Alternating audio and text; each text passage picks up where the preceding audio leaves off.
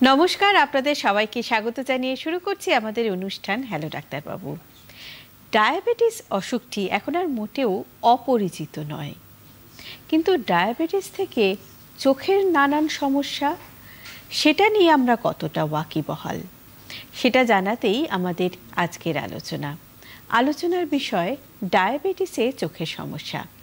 আর এই নিয়ে আলোচনায় আজ আমাদের সঙ্গে স্টুডিওতে রয়েছেন অধ্যাপক ডাক্তার অসীম কুমার ঘোষ, চক্ষুরোগ বিশেষজ্ঞ, অধিকর্তা, regional institute of ophthalmology, Kolkata medical college ও হাসপাতাল। আর রয়েছেন অধ্যাপক ডাক্তার অনিমেষ মাইতি, এন্ডোক্রিনোলজিস্ট, বিভাগীয় প্রধান, এন্ডোক্রিনোলজি বিভাগ, কলকাতা মেডিকেল কলেজ ও হাসপাতাল। নমস্কার, আপনাদের দুজনকেই আমাদের অনুষ্ঠানে স্বাগত। এই অনুষ্ঠানটি সরাসরি সম্প্রচারিত হচ্ছে, তাই আপনারা আমাদের সঙ্গে ফোনে কথা বলতে পারেন। ফোন নম্বর টিভির পর্দায়। শুধু আমাদের একটাই অনুরোধ, ফোন করার আগে টিভি সেটের ভলিউমটা একেবারে বন্ধ করে শুধুমাত্র ফোনে আমাদের সঙ্গে কথা বলবেন। আর এই অনুষ্ঠান এখন ইউটিউবেও আপনারা দেখতে পাচ্ছেন, পুনঃপ্রচার আজ রাত 12টায় এবং আগামীকাল বেলা 3টেতে ডিডি বাংলার পর্দায়। তাহলে বন্ধুরা, শুরু করি আমাদের আলোচনা। ডাক্তার ঘোষ, ডায়াবেটিস থেকে চোখের নানান সমস্যার কথা আমরা শুনেছি, ঠিক কী কী ধরনের সমস্যা হয় সেগুলো যদি আমাদের জানান। ডায়াবেটিসে আমাদের তো বলতেই হয় যে ডায়াবেটিস একটা মেটাবলিক সিনড্রোম। ডায়াবেটিস দু রকমের হয়, অনিমেষ ভালো বলবে আমার পরে যে ডায়াবেটিস কী কারণে হয় এবং ডায়াবেটিসের টাইপ এবং কোন কোন বয়সে কেমন করে হয় সেটা এন্ডোক্রিনোলজিস্টই ভালো বলবেন। কিন্তু চোখের ব্যাপারে আমি বলতে পারি যে চোখের একটা অন্ধত্বের এবং পার্মানেন্ট অন্ধত্বের কারণ হচ্ছে যদি আমরা অনিয়ন্ত্রিত ডায়াবেটিসকে আমরা যদি প্রশ্রয় দিই, তাতে আমরা কয়েকটা বিধিনিষেধ মানতেই হবে।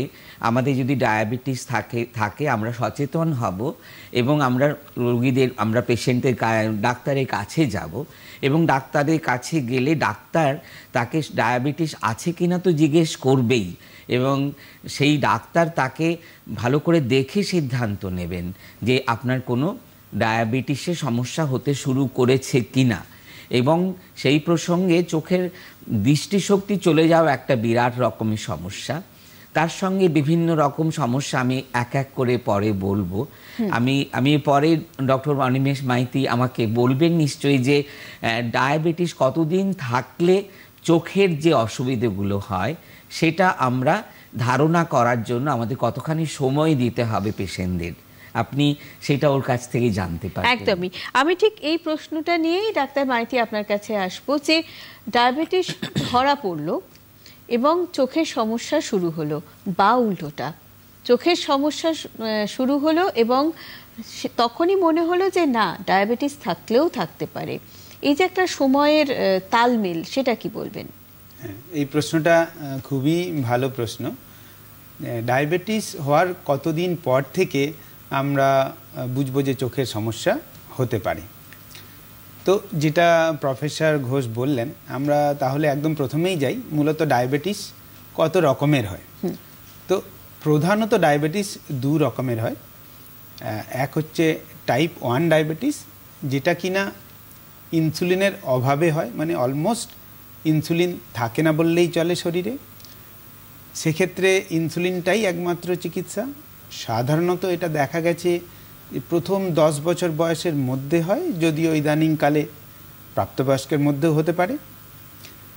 আর আরেকটা ডায়াবেটিস যেটা কিনা টাইপ 2 ডায়াবেটিস, যেটা ডায়াবেটিসের শতকরা 95% ডায়াবেটিসই টাইপ 2 ডায়াবেটিস, যেটা আমরা প্রাপ্তবয়স্ক ছেলেমেয়েদের লোকেদের মধ্যে দেখি এবং যাদের মধ্যে ওজন বৃদ্ধির প্রবণতা আছে বা স্থূলতা আছে তাদের মধ্যে এটা দেখা যায়। এবং এই টাইপ 2 ডায়াবেটিস সাধারণত ওষুধের দ্বারাই সুগারটাকে কন্ট্রোল করা যায় অনেক দিন পর্যন্ত। তো এই দুটো বলার কারণ এই যে বলা হয় যে টাইপ 1 ডায়াবেটিসের সাধারণত, স্যার যেটা বলছিলেন যে ধরা পড়ার 5 বছর বয়সের পর থেকে ইউজুয়ালি কমপ্লিকেশানসগুলো ডেভেলপ করতে পারে, মানে চোখের কমপ্লিকেশানও, অথবা 5 বছর না হলেও যদি বয়স সন্ধিক্ষণ মানে পিউবার্টি যদি আগে চলে আসে, মানে ধরুন সে কারো 10 বছর বয়সে টাইপ 1 ডায়াবেটিস ধরা পড়লো এবং পিউবার্টি বা বয়স সন্ধিক্ষণ চলে এলো সে 13 বছর বয়সে, তাহলে সেক্ষেত্রে কিন্তু আমাদের তারপর থেকেই মানে 14 বছর বয়স থেকেই হয়তো আমাদের এই কমপ্লিকেশানগুলোর খোঁজ করতে হয়। কিন্তু যার ধরুন 9 বছর বয়সে 8 বছর বয়সে ধরা পড়েছে, তার বয়স সন্ধিক্ষণ তখন হয়নি, তাহলেও কিন্তু আমরা 5 বছর পরে মানে 13 বছর বয়স পর থেকে আমরা কমপ্লিকেশনসগুলো খোঁজার চেষ্টা করব। এটা টাইপ 1 ডায়াবেটিসের ক্ষেত্রে প্রযোজ্য, মানে যেটাকে আমরা জুভেনাইল ডায়াবেটিস বলি, আগে বলতাম। আচ্ছা, আর কারণ কি এইটা একটু পরিষ্কার করব, আগে বলতাম এখন কি তাহলে বলছি না? যদি না বলি তাহলে কেন? জুভেনাইল ডায়াবেটিস মানে কি, ডায়াবেটিস যখন ওই রকম একটা বয়স সন্ধিক্ষণে মানে প্রাপ্তবয়স্ক হয়নি তার আগে ধরা পড়েছে তাকে বলবো আমরা জুভেনাইল ডায়াবেটিস। যদিও আগে এটা টাইপ 1 ডায়াবেটিসেরই একটা ডোমেন ছিল, যে টাইপ 1 ডায়াবেটিসই ওই সময় হতো, অন্য কোনো ডায়াবেটিস হতো না। কিন্তু ইদানিংকালে স্থূলতা বৃদ্ধির কারণে, ছেলেমেয়েদের মধ্যে ওজন বৃদ্ধির কারণে দেখা গেছে এই বয়সের ছেলেমেয়েদের মধ্যে ওই টাইপ 2 ডায়াবেটিস চলে আসছে। আপনি একটা কথার উপর ভীষণ জোর দিচ্ছেন, ওজন বৃদ্ধি। এই যে হঠাৎ করে মানে এখনকার ছেলে মেয়েদের যে ওজন বৃদ্ধি পাচ্ছে, তার জন্য কি ফাস্ট ফুড বা অনিয়মিত খাওয়া দাওয়ার কোনো মানে প্রভাব রয়েছে? হ্যাঁ, যথেষ্ট কারণ আছে, একদম খুবই ভালো আপনি প্রশ্ন করেছেন। কারণ এই ওজন বৃদ্ধির একটা কারণ তো অবশ্যই অনিয়মিত খাওয়ার এবং হাই ক্যালোরিযুক্ত খাওয়ার। হাই ক্যালোরিযুক্ত খাওয়ার কাদের বলা হয়? যে সমস্ত খাবারের মধ্যে তেলের পরিমাণ কম থাকে, মানে যেমন আপনি বললেন ফাস্ট ফুড, ফ্রাইড ফুড, এগুলোতে তেলের পরিমাণ অনেক থাকে এবং আমরা জানি তেল পুড়োলে সবচেয়ে বেশি ক্যালোরি পাওয়া যায় অ্যাজ কম্পেয়ার টু শর্করা জাতীয় খাবার বা প্রোটিন জাতীয় খাবার পুড়োলে। তো সেই জন্য ফাস্ট ফুড অ্যান্ড ফ্রাইড ফুডের খুবই মানে এখানে রোল আছে। এছাড়া যে অংশটা আমরা আজকাল দেখি না, খেলাধুলো শরীরচর্চা ছেলে মেয়েদের মধ্যে হারিয়ে গেছে বললেই চলে। সেটা হয়তো তাদের দোষ নয়, কিন্তু আমাদের যে পড়াশুনোর কারিকুলাম বা সামাজিক যে এখন পরিকাঠামো চলছে তাতে ছেলেমেয়েরা তাদের ওই খেলাধুলোর সময়টা হারিয়ে ফেলছে। তার ফলে কি শক্তির ব্যয় হচ্ছে না। আমাদের ব্যাংকে কখন টাকা জমে? যখন আমাদের ইনকাম আমাদের ব্যয়ের তুলনায় বেশি হয়, তখনই আমরা ব্যাংকে টাকা রাখি। শরীরের মধ্যেও ক্যালোরির যখন অতিরিক্ত হয়ে যায় তার ব্যয়ের তুলনায়, তখন সেটা এই চর্বি হিসাবেই জমে। ভবিষ্যতের কথা মাথায় রেখে, যে ভবিষ্যতে যদি কোনো দিন এমন সিচুয়েশান আছে যে খরা হলো বা খাদ্যের অভাব হলো, তখন এটাই কাজে দেবে। কিন্তু সেটা যেহেতু খাদ্যের অভাব হচ্ছে না, সেটাই তখন বিপদ ডেকে আনে। আচ্ছা, জুভেনাইল ডায়াবেটিস বা আমি বলবো টাইপ 1 ডায়াবেটিস, এটা কি কখনো জন্মর সময় মানে জন্মগত কোনো ত্রুটির জন্যও হতে পারে? সাধারণত টাইপ 2 ডায়াবেটিসের ক্ষেত্রে যে এই জিনগত প্রভাব যতটা বেশি, টাইপ 1 ডায়াবেটিসের ক্ষেত্রে অতটা আমরা বলি না বা বইতে অতটা বলা নেই যে টাইপ 1 ডায়াবেটিসের ক্ষেত্রে জিনগত প্রভাব আছে। তাহলেও কিছুটা দেখা যাচ্ছে কোনো কোনো পপুলেশনের মধ্যে এই টাইপ 1 ডায়াবেটিসের প্রবণতা বেশি। যেমন ফিনিশ পপুলেশন বলা হয়, ফিনল্যান্ডের একটা গ্রুপ আছে যেখানে টাইপ 1 ডায়াবেটিসের আধিক্য অন্যান্য দেশের তুলনায় অনেক বেশি। তার মানে কিছুটা হয়তো ওইভাবে একটা গ্রুপের মধ্যে একটা জিনগত বা এই ছেলেগত সমস্যার জন্য হতে পারে, কিন্তু টাইপ 2 ডায়াবেটিসের মতো একেবারেই নয়, যেখানে বংশগত মানে প্রভাবটা অনেকটাই বেশি। আচ্ছা, আমাদের সঙ্গে ফোনে একজন বন্ধু রয়েছেন। হ্যালো, কে রয়েছেন আমাদের সাথে? হ্যালো, হ্যাঁ নমস্কার, কে বলছেন? বলছি আমি লন্ডন থেকে বলছি, রেখা মৈত্র। বলুন। আমার সমস্যা আমার মানে জানা আছে যে আমার তো ডায়াবেটিস, আমার দুটো চোখে ফেকো করা রয়েছে। এবারে ডায়াবেটিস কি পরেও কি চোখের সমস্যা হতে পারে না? একটু ডাক্তার নিশ্চয়ই নিশ্চয়ই। আপনার বয়স কত? আমার বয়স এই 60। আর কতদিন আগে ডায়াবেটিস ধরা পড়েছে? ডায়াবেটিস আপনার 5 বছর আগে। ম্যাম, আর ফেকো হয়েছে কতদিন আগে? ফেকো হয়েছে 2019-এ। আচ্ছা, ঠিক আছে, আপনি সাথে থাকুন ডাক্তার। হ্যাঁ, আসলে মা যে কোশ্চেনটা করেছেন বা প্রশ্নটা করেছেন সেটা কিন্তু খুবই গুরুত্বপূর্ণ। যে আপনি ভাবলেন যে আপনার ছানিতে অপারেশন করে ফেলেছি আর আমার কোনো চিন্তা নেই, আমার ডায়াবেটিস থাকুক বা না থাকুক। মা, আপনি জেনে রাখুন যে ডায়াবেটিস যখনই ধরা পড়ছে, সেই ছানি অপারেশন করলে তার যে রেটিনোপ্যাথি হওয়ার চান্সটা কিন্তু বেড়ে যায়। সেইটা আমাদের খেয়াল করতে হবে। এবং আপনার ব্লাড সুগারকে সেই রকমভাবেই নিয়ন্ত্রিত রাখতে হবে।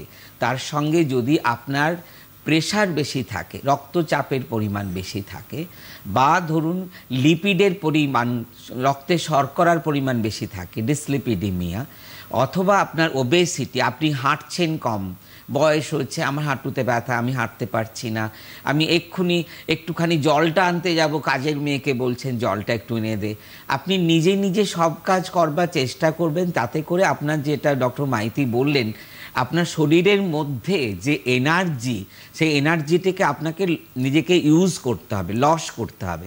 তাহলে যে খাদ্যগুলো খাচ্ছেন এবং যে আপনি বেশ বাড়িতে বসে ঘুমিয়ে দিন কাটাবেন ভাবছেন, হাঁটা চলা করব না এবং রক্তের সুগার কন্ট্রোল করব না, সেইটা কিন্তু আপনাকে ঠিকমতো চালাতে হবে। শুধুমাত্র ছানি অপারেশন করছেন, আপনি ভালো দেখতে পেলেন, আমরা খুব খুশি, কিন্তু তার মানে আপনাকে কিন্তু সেই সাবধানতাকে কখনোই ছেড়ে দিচ্ছি না।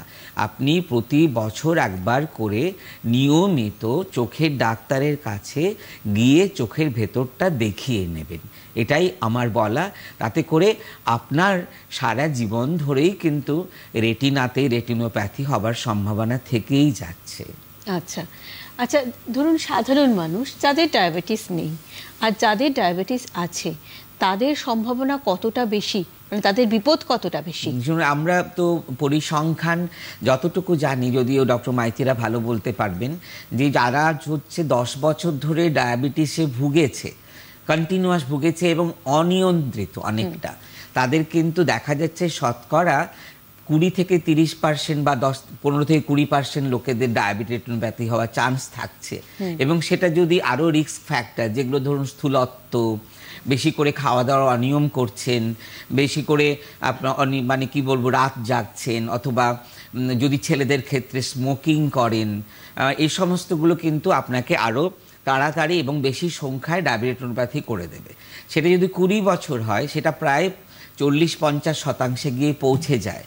আর যারা যদি 30 বছর ধরে অনিয়ন্ত্রিতভাবে ব্লাড সুগার কন্ট্রোল না করেই দিন কাটাচ্ছেন, তাদের কিন্তু প্রায় 80 থেকে 90% লোকেরই রেটিনা অ্যাফেক্টেড হয়ে যাওয়ার চান্স থাকে। তাই সাবধান, সবাইকেই বলছি, আপনাদের যাদেরই ডায়াবেটিস আছে তারা ডায়াবেটিস কন্ট্রোল করুন, সুষম খাদ্য খান, ঠিকভাবে রক্তচাপ কম করুন এবং নিয়মিত আমাদের তো দেখাবেন চোখের ডাক্তার, সেই সঙ্গে ডক্টর মাইতিদের মতো যারা এন্ডোক্রিনোলজিস্ট, ওদের কাছেও যেতে হবে। শুধু চোখ নয়, চোখের থেকে অনেক অর্গান আছে, যেগুলো ধরুন আপনার কিডনি। ঠিক, আমি ডক্টর মাইতি থেকে এখানটায় আসবো যে আমরা জানি ডায়াবেটিস একটা একেবারে সাইলেন্ট কিলার, আস্তে আস্তে এক একটা অঙ্গকে ধরে ধরে আমাদেরকে শেষ করে দেয়। তো কোন কোন শরীরের অঙ্গগুলো ডায়াবেটিসের জন্য ক্ষতিগ্রস্ত হয়? আচ্ছা, ডায়াবেটিসের কমপ্লিকেশনস, এটাকে আমরা মূলত দুভাগে ভাগ করতে পারি। একটা আমরা বলি ম্যাক্রোভাস্কুলার কমপ্লিকেশনস, আর একটা আমরা বলি মাইক্রোভাস্কুলার কমপ্লিকেশনস। ম্যাক্রোভাস্কুলার কি, যেখানে বড় বড় শিরাকে অ্যাফেক্ট করে, আর মাইক্রোভাস্কুলার যেখানে ছোট ছোট শিরাকে অ্যাফেক্ট করে। তো এই ম্যাক্রোভাস্কুলার কমপ্লিকেশনসের মধ্যে কারা অ্যাফেক্টেড হয়? হার্ট, বড় শিরা, মাথার যেটা আমরা স্ট্রোক বলি সেইগুলো, বা পায়ের অঙ্গ প্রত্যঙ্গের যে শিরা আছে যেখান থেকে আমরা অ্যাফেক্টেড হলে বলি পেরিফেরাল আর্টেরিয়াল ডিজিজ। তাহলে ম্যাক্রোভাস্কুলার কমপ্লিকেশনের মধ্যে বলছে cardiovascular disease, peripheral arterial disease and cerebrovascular disease. আর মাইক্রোভাস্কুলার কমপ্লিকেশনস কাদের অ্যাফেক্ট করে?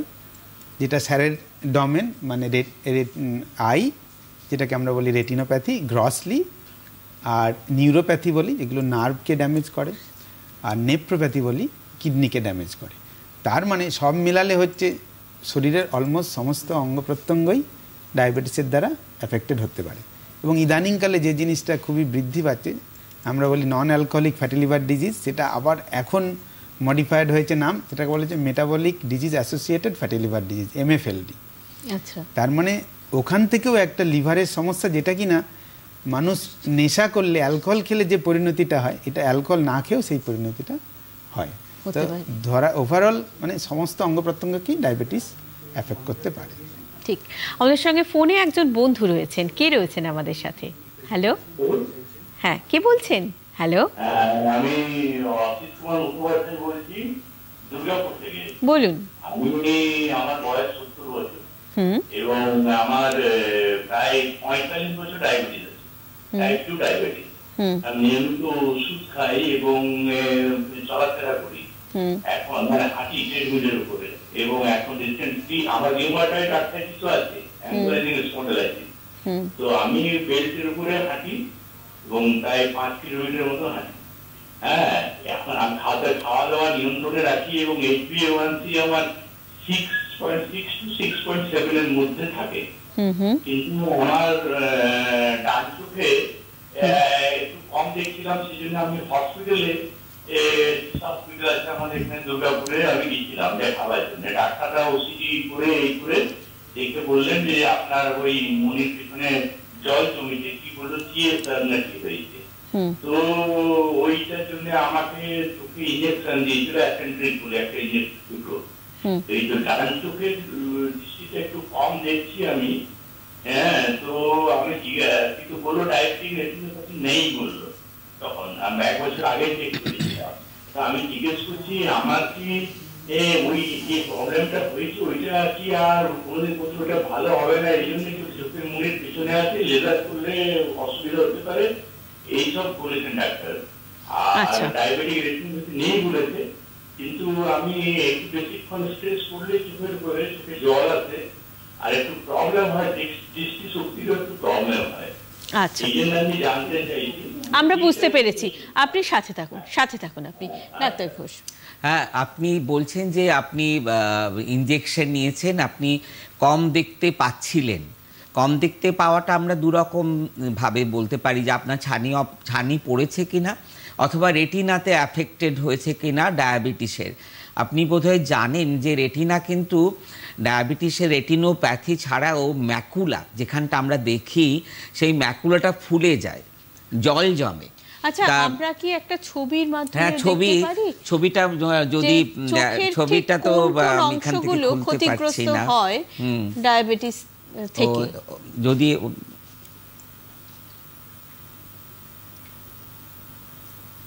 আচ্ছা এটা স্ক্রল করলে হ্যাঁ আসলে ছবিটা মানে আমার ঠিক মতো করে হচ্ছে না, মানে আমি এখানে দেখাতে পারছি না, সামথিং ইজ গোয়িং রং। তা রেটিনার মধ্যে না জল জমে একটা ডায়াবেটিসে, ম্যাকুলা বলে। রেটিনা আমাদের এরকম একটা লেয়ার, ধরুন সেই লেয়ারের মধ্যে সূক্ষ্ম সূক্ষ্ম যে ক্যাপিলারি, ও বলেছিল না মাইক্রোভাস্কুলার যে অবস্ট্রাকশন, সেগুলো চেঞ্জ হয় বলে, মানে ও চোখে ক্যাপিলারি থেকে একটা ব্লাড তো ইউজ করে না, এক্সট্রা সেলুলার ফ্লুইড, সেটা গিয়ে ম্যাকুলাটাকে ফুলিয়ে দেয়। তাকে বলে CSCR উনি বললেন, ওটা নয়, মানে ক্লিনিক্যালি সিগনিফিক্যান্ট ম্যাকুলার ইডিমা। সেইটা কিন্তু একটা রেটিনোপ্যাথিরও সঙ্গে থাকে। আগে retinopathy with CSME or without CSMEটা কিন্তু common manifestation in case of retina affected হলে ডায়াবেটিসে। তার জন্য কিন্তু ডাক্তার ওনাকে ইনজেকশন নিতে বলেছেন, অ্যাক্সেন্ট্রিক্স। সেই ইনজেকশন নেওয়ার পরে ইডিমাটা কিন্তু কমে, একটু ভালো দেখতে পান।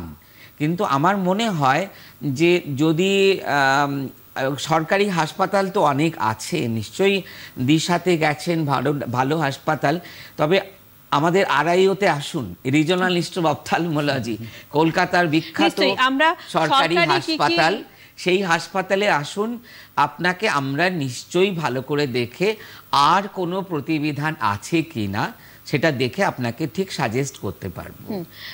আমাদের বন্ধুরা তো নানান জায়গায় ছড়িয়ে আছেন, আরআইও ছাড়া কলকাতা মেডিকেল কলেজের সাথে যে আরআইও আছে, তারা ছাড়া আর কোথায় কোথায় চোখের এই ধরনের চিকিৎসা হয় আমরা নিশ্চয়ই জানবো, কিন্তু তার আগে একটা ফোন নেব। হ্যালো, কে রয়েছেন আমাদের সাথে? হ্যালো, হ্যাঁ, আমি সোনারপুর থেকে বিজয় ভট্টাচার্য কথা বলছি। বলুন। হ্যাঁ, নমস্কার, শুভ সন্ধ্যা সঞ্চালিকা বিদিশা ম্যাডাম। নমস্কার, শুভ সন্ধ্যা, বলুন। ডক্টর অসীম সাহেব এবং ডক্টর অনিমেষ সাহেব, আপনাদের আমার প্রশ্ন হচ্ছে, আপনারা বলছেন যে ডায়াবেটিসের চোখের সমস্যা। আমি উত্তর দিক থেকে দুটো প্রশ্ন করবো। হচ্ছে ডায়াবেটিসের চোখের সমস্যার কারণে কি ডায়াবেটিস হতে পারে? এটা দেখবো না। কারণ ডায়াবেটিসের কি টোটালি মিষ্টি খাওয়া বন্ধ করে দেওয়া উচিত? আপনি এখন পুরোপুরি সুস্থ আছেন? আপনার কোনো আমার দাদা ডায়াবেটিস আছে, আমার বাবার ছিল। আচ্ছা আচ্ছা আচ্ছা, সাথে থাকুন। এই উত্তরটা আমি ডাক্তার মাজিদ থেকে নেব। প্রথমে একটু মিষ্টি মুখ হয়ে যায়। আচ্ছা, প্রথমে যেটা বললেন যে চোখে ডায়াবেটিস আছে, আমি মিষ্টি খেতে পারবো কিনা। তো যেটা আমরা বলি ডায়াবেটিসে খাওয়ারের ব্যাপারে, একটা হচ্ছে ক্যালোরি, একটা মানে রিকোয়ারমেন্ট কত, আপনার কতটা শক্তি নেওয়া উচিত খাওয়ারের মধ্য দিয়ে। তো তার একটা জটিল ক্যালকুলেশন আছে। তবুও গ্রসলি যদি আপনার এটা নির্ভর করবে আপনার কেমন পরিশ্রম হচ্ছে। আপনার যদি সিডেন্টারি লাইফস্টাইল, আপনি যদি বয়স্ক মানুষ আমার মনে হচ্ছে, তো সেক্ষেত্রে এমনি অ্যাজ সাচ কম খাওয়া দাওয়া করতে হবে। এবার মিষ্টিটা খাবো কিনা, মিষ্টি যদি আপনি একদম ওই চিনি পোর্শনটাকে আমরা বলি কম খেতে, তবে একটা ধারণা আছে যে চিনি একেবারেই খাওয়া যাবে না, সেরকম নয়। বলা আছে যে চিনি আপনি 5 গ্রাম মতো খেতে পারেন, মানে 1 চামচ। সুতরাং কোনো একদিন যদি আপনি একটা মিষ্টি খান তাতে কিচ্ছু যায় আসে না চিনির পরিমাণটা। আর যদি আপনি ধরুন একটা সন্দেশ খান, তাতে হয়তো চিনির পরিমাণ কম থাকে, অনেক সন্দেশ থাকে যেগুলোতে একটু মিষ্টি কম থাকে, তো সেটা আপনি খেতেই পারেন। কারণ কি, সেখানে ছানা আছে, সেটা আপনার শরীরের জন্য কাজে লাগবে। সুতরাং মিষ্টি আপনি খেতেই পারেন। তবে আমার পরামর্শ হবে যে মিষ্টিটা কোনো একটা খাবারের সাথে না খেয়ে আপনি এমনি খেতে পারেন। কখনো কোথাও থেকে এলেন, 1 গ্লাস জল খেলেন, একটা মিষ্টি খেলেন, সেটা আপনি নাই বা আপনার টিফিনের সাথে খেলেন বা খাওয়ার পরে পরে খেলেন, তাহলে কি হবে, ওই সুগারের পরিমাণটা জুড়ে যাবে। ধরুন আপনি 2টো রুটি তরকারি খেলেন, তার সাথে একটা মিষ্টি খেলেন, তাহলে ওখানে শর্করাটা যুক্ত হয়ে যায়, মিষ্টির শর্করা আর রুটির শর্করা যুক্ত হয়ে জিনিসটা অনেকটা বেশি হবে।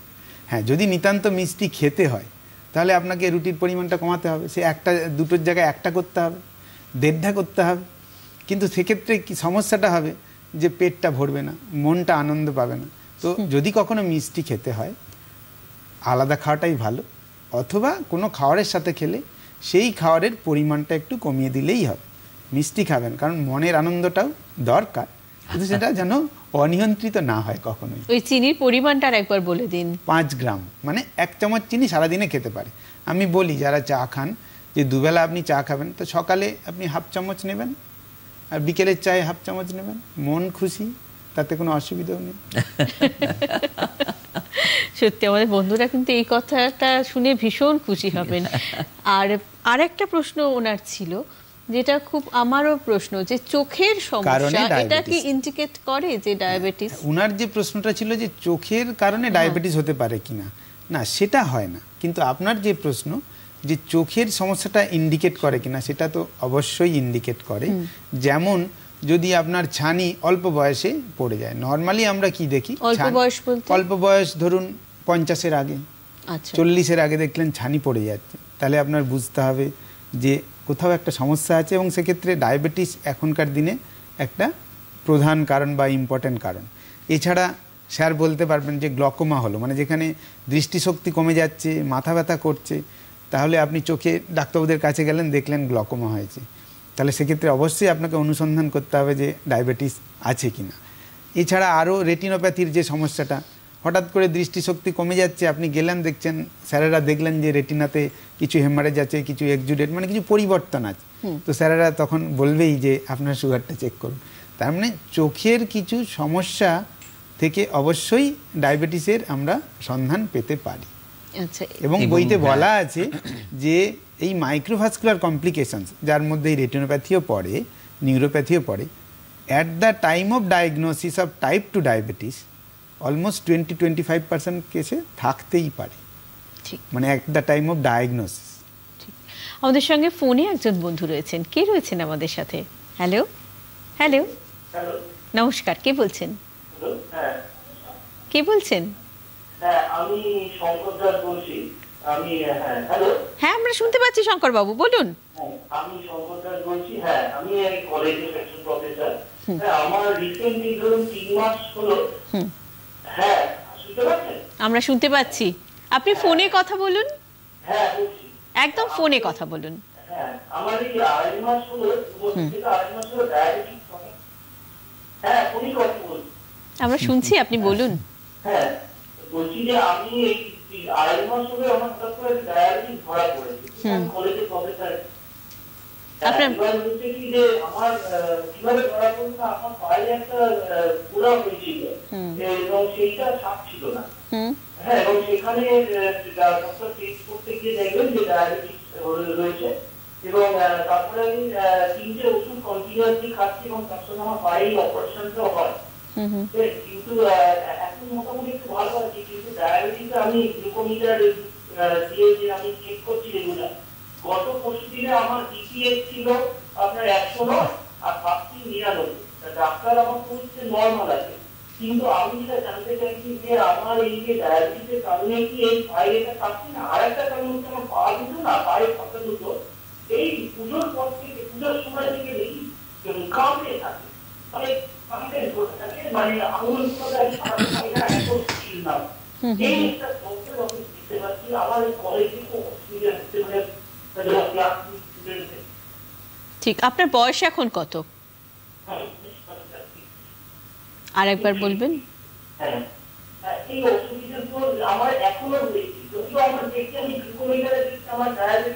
হ্যাঁ, আমরা বুঝতে পেরেছি, আপনি শুধু আপনার বয়সটা আর একবার বলুন। আচ্ছা, সাথে থাকুন, শুনতে থাকুন ডাক্তার মাইতি। হ্যাঁ, আপনি কি এই মুহূর্তে যখন সুগারটা বেশি ধরা পড়লো তখন কিছু ওষুধের সাহায্য নিয়েছিলেন ডায়াবেটিসের কন্ট্রোলের জন্য? 3টে ওষুধ বোধহয় চলছে বললেন না? সুগারের কোনো ওষুধ খাচ্ছেন আপনি? আমাদের যোগাযোগ বিচ্ছিন্ন হয়ে গেছে।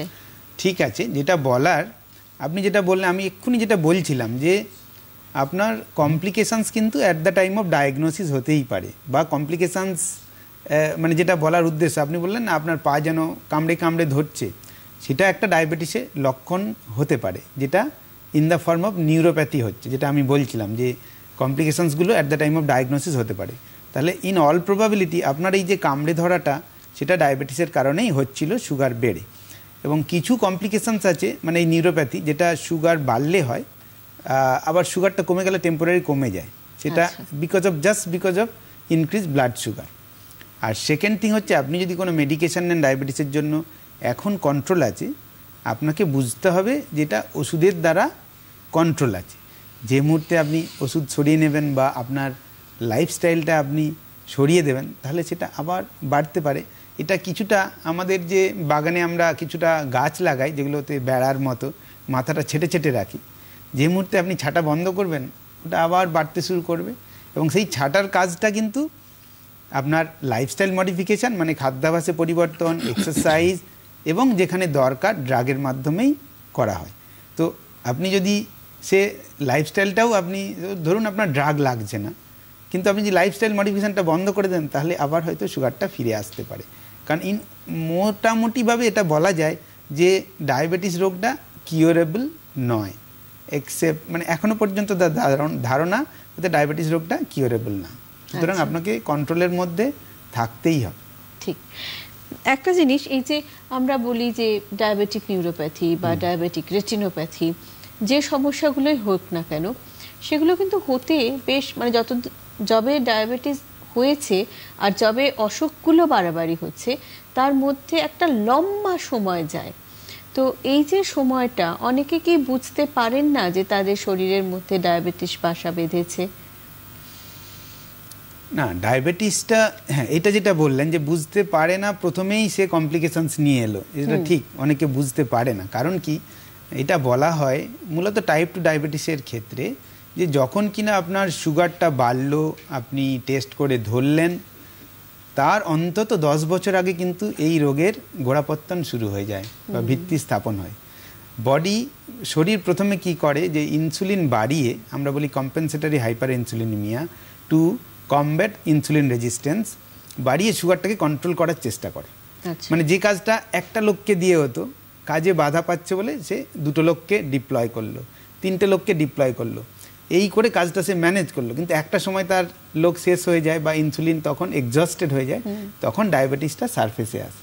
আচ্ছা। কিন্তু এই because of this compensatory hyper insulinemia, এবং এখানে আরও কিছু মলিকুল বেরোয়, যারা কি করে এই ড্যামেজগুলো শরীরে করতে থাকে। সেই জন্যই যখন কিনা সুগারটা সারফেসে আসে, ততদিনে কমপ্লিকেশনসগুলোও চলে আসে। এটা খুবই প্রযোজ্য, আমরা অনেক সময় দেখি যে পেশেন্ট হার্ট অ্যাটাক নিয়ে হসপিটালে ভর্তি হলো, সে প্রথমবারই জানলো তার সুগার ধরা পড়েছে। আচ্ছা, এটাকে যদি আমরা একটা প্রি ডায়াবেটিক স্টেট ধরে নিই, তাহলে সে সময় কি কোনো লক্ষণ দেখে মানুষ বুঝতে পারেন?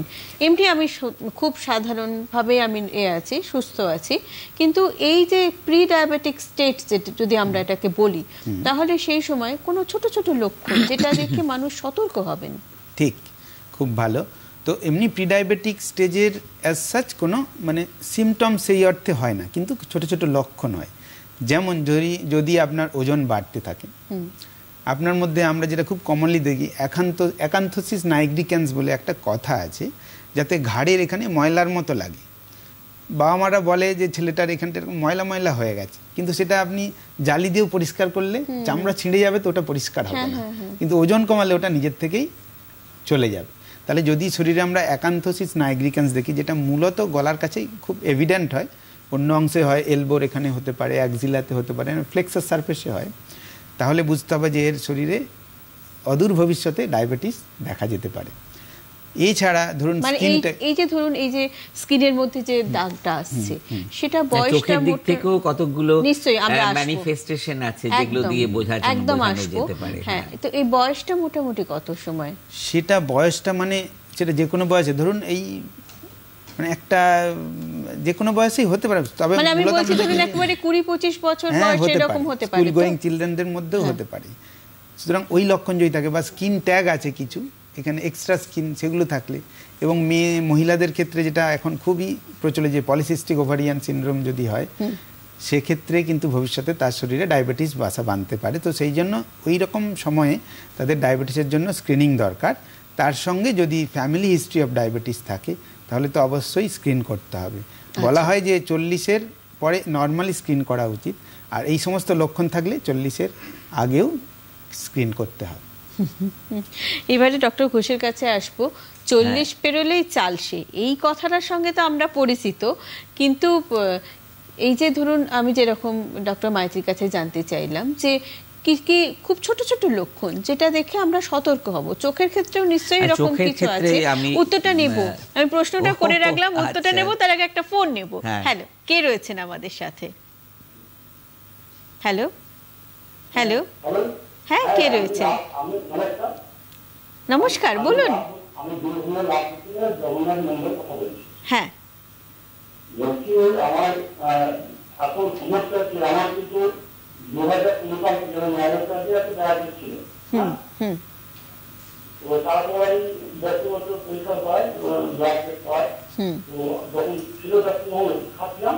তারপর এখন বছর আবার কোনো পড়াশোনা দেখা যাচ্ছে আমার 2021 থেকে আর কি, মোটামুটি বছর 3 আগে থেকে আমার কিন্তু অসুস্থ হচ্ছে না। আমি ডাক্তার দেখে নর্মাল আছে।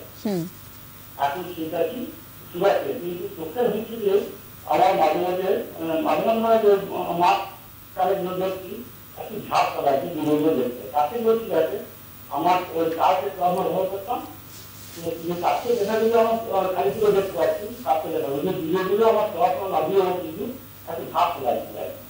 ডাক্তারবাবু দেখালাম, ডাক্তারবাবু বলছেন আমি খালি দেখছি। হ্যাঁ, ঠিক ঠিক, সাথে থাকুন। হ্যাঁ, সাথে থাকুন।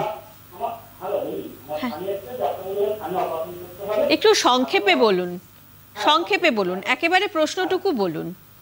এখন তাহলে আমার যে ব্যাপারটি আমার আর আমার আগে করেছিলাম 2023-এ, তো এখন আমাদের সুগার চেক করলাম, এখন সুগার হচ্ছে খালি পেটে 111 এবং খাওয়ার পরে 103। ডাক্তার দিকে দেখলাম, ডাক্তার বলছে হ্যাঁ আমার স্থানীয় অবস্থা কমিয়ে নেন। আমি কি আপনি স্থানীয় অবস্থা করাবো না কি করবো জানাই।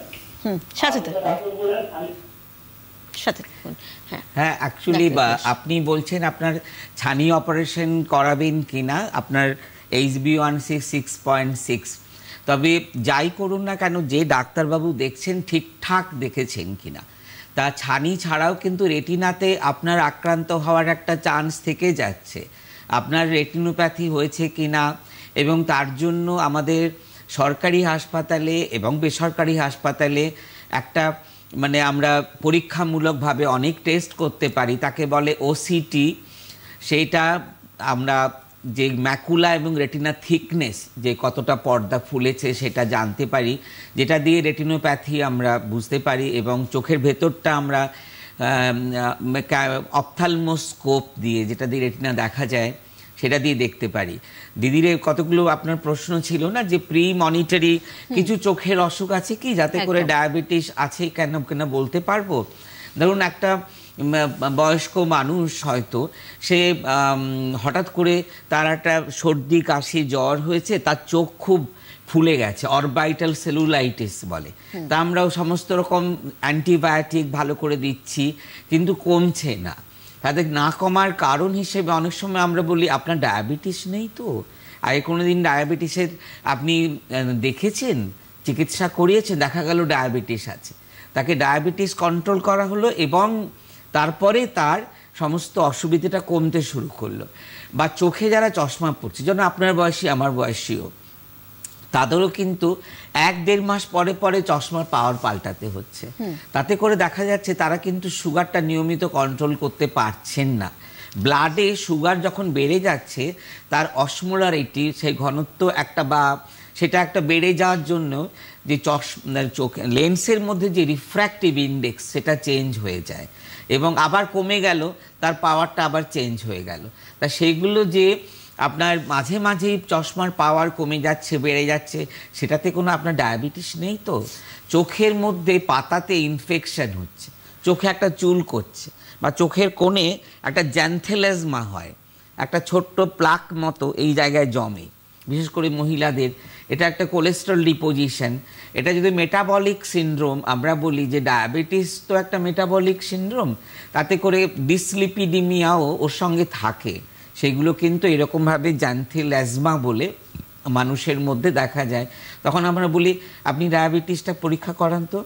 বা ধরুন যেটা বলেছে ডক্টর মাইতি যে 30 বছর বয়সে তার ছানি পড়লো, আপনার ডায়াবেটিস নেই তো, বা থাইরয়েড নেই তো, তাতে করে কিন্তু আগে আপনার ছানি পড়তে পারে। বা যদি ডায়াবেটিস থাকে, তাদের গ্লকোমা আছে কিনা সেটাও দেখে নেওয়া উচিত। বা চোখের মধ্যে একটা ভাইরাস ইনফেকশন, হারপিস জস্টার, চোখ ফুলে গেছে, এই দিকটা পুরো ফোসকা ফোসকা, প্রচণ্ড ব্যথা, চোখে জল পড়ছে, তার কিছুতেই সারছে না, একে ভাইরাস ডিজিজ, এবং তার সঙ্গে ডায়াবেটিস থাকলে সে মারাত্মক আকার ধারণ করবে। তা সেই সব কারণে আমরা এসব ব্যাপারে খুব সতর্ক হওয়ার চেষ্টা করি। আর কিছুদিন আগে কোভিড গেল, কোভিডে দেখবেন যে অরবাইটাল মিউকর মাইকোসিস বলে একটা ফাঙ্গাস ইনফেকশন হলো, চোখ ঠেলে বেরিয়ে আসছে। তাদেরও আমরা বারবার ধরে ভয় পেয়েছি যে পেশেন্টটা ডায়াবেটিস নেই তো। একে কোভিড কি করে, সমস্ত মার্কারগুলোকে চেঞ্জ করে, ডায়াবেটিস এমনিতে বাড়াচ্ছে এবং তার সঙ্গে সেই ডায়াবেটিসের সুযোগ নিয়ে ওত পেতে বিভিন্ন রকম অর্গানিজম, জীবাণুগুলো কিছুতেই তাকে সারতে দিচ্ছে না, এবং সেই কারণে অনেকের চোখ নষ্টও হয়েছে। এবং চোখের মধ্যে যে ফাঙ্গাস, মারাত্মক ফাঙ্গাস, তাতে করে চোখ আমরা তুলে নিতে বাধ্য হয়েছি, সেই জায়গায় আর্টিফিশিয়াল সকেট বসাতে হয়েছে। সেসব দুর্বিষহ একটা আমরা পরিসংখ্যান গেছে। তাই সেই কারণে যখনই কোনো চোখের, আমি যেটা বলছি, বা পায়ে যেটা আলসার হয়েছে বলেছে, এবং আপনার কোনো কারণে আপনার মানে হাতের টিংলিং যেটা বলছেন, চোখের পাতা, চোখের মানে পায়ের পাতাগুলো ঝিনঝিন করছে, তা সেগুলো কিন্তু সবই একটা pre monetary symptom of diabetes, which যেটা আমাদের ভালো করে দেখতে হবে।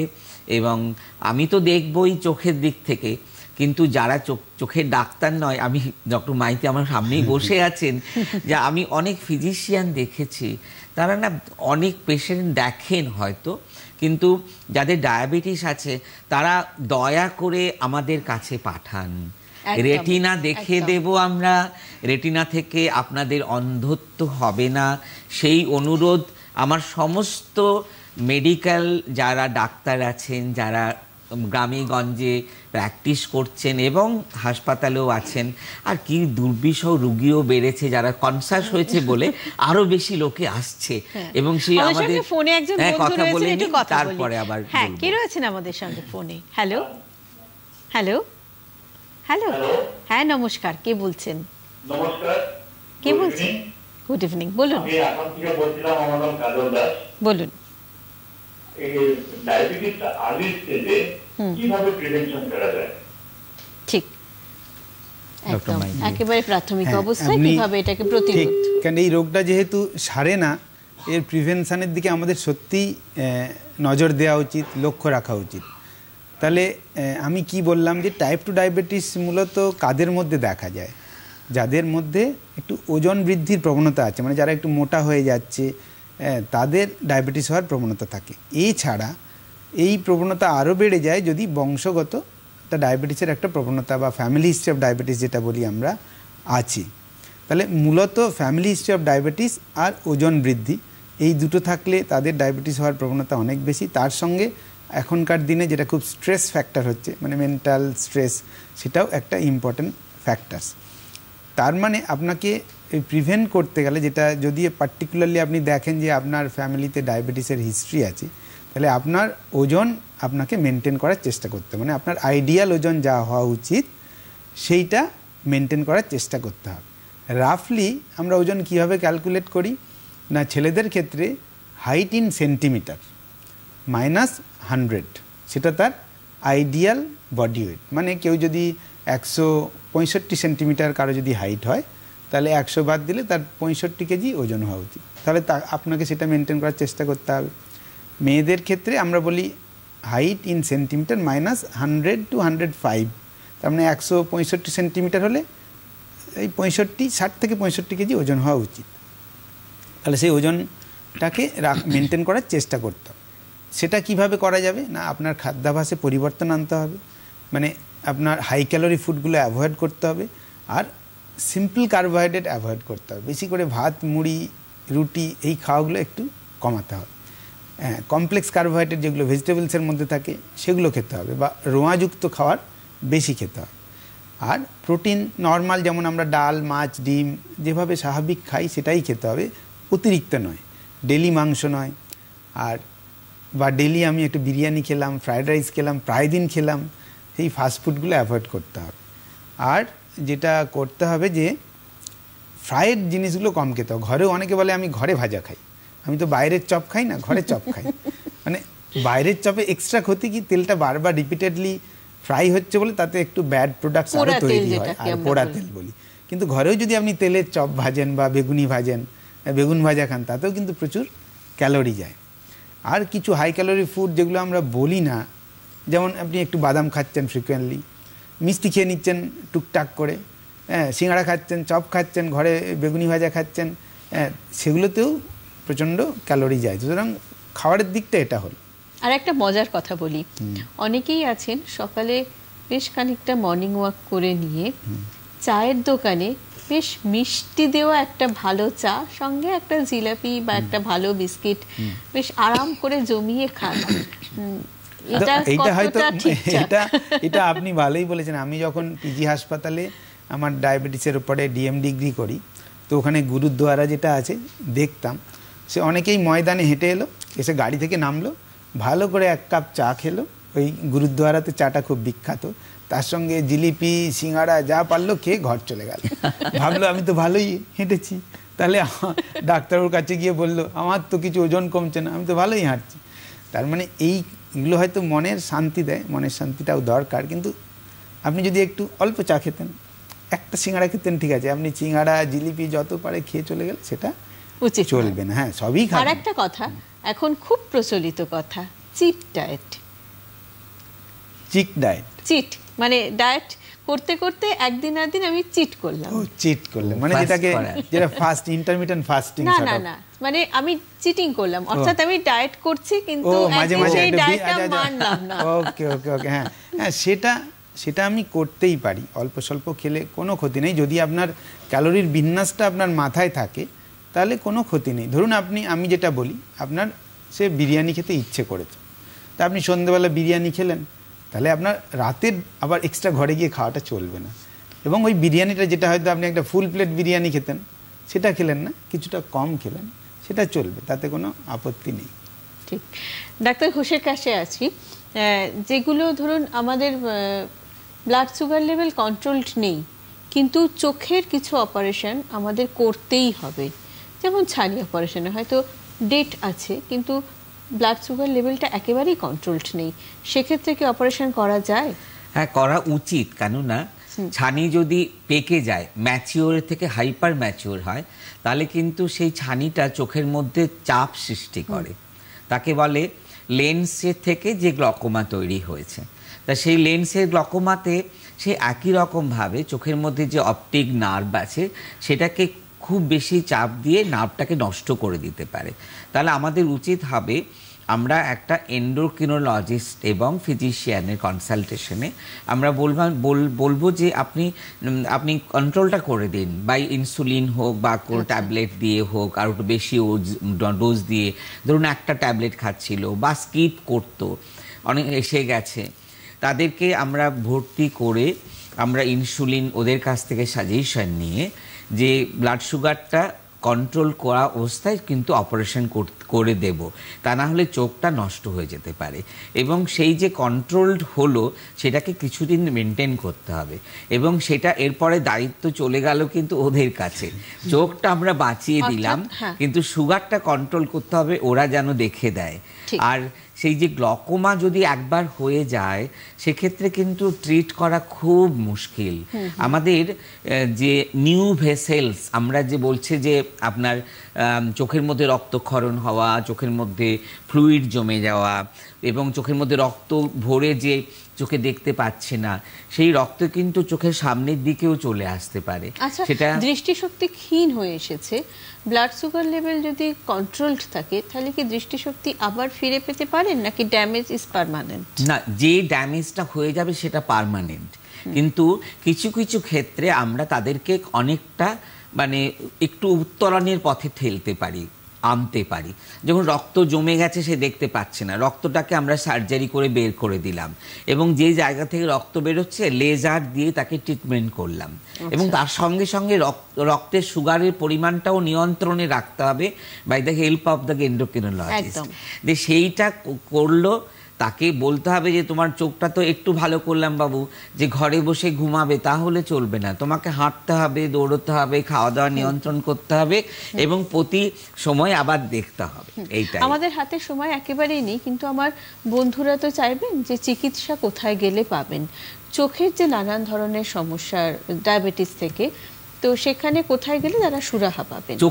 চোখের চিকিৎসা কিন্তু আমাদের সরকারি হাসপাতালগুলো আজকের যুগে কিন্তু খুবই একটা প্রতিষ্ঠিত সংস্থা হয়ে গেছে। সমস্ত মেডিকেল কলেজে আছে, তার মধ্যে RIU রিজনাল ইনস্টিটিউট আরো বেশি করে, এবং সরকারি হাসপাতালে ডিস্ট্রিক্ট হাসপাতাল, সুপার স্পেশালিটি হাসপাতাল, সব জায়গায় অপথ্যালমোলজিস্ট আছেন এবং মেডিকেল ফিজিশিয়ান আছে। তাদের সংঘবদ্ধভাবে তারা যৌথভাবে যদি ট্রিটমেন্ট করে তাহলে ডায়াবেটিস ভালো হয়ে যাওয়ার চান্স আছে। আপনাদের দুজনকেই অনেক অনেক ধন্যবাদ এখানে আসার জন্য। বন্ধুদের সবশেষে একটা কথাই বলবো, এই সব অসুখ প্রতিকারের থেকে প্রতিরোধ করাই ভালো। তাই যেভাবে ডাক্তারবাবুরা বললেন সেইভাবেই আপনাদের জীবনযাপন করুন। ভালো থাকুন, সুস্থ থাকুন। নমস্কার। নমস্কার। নমস্কার।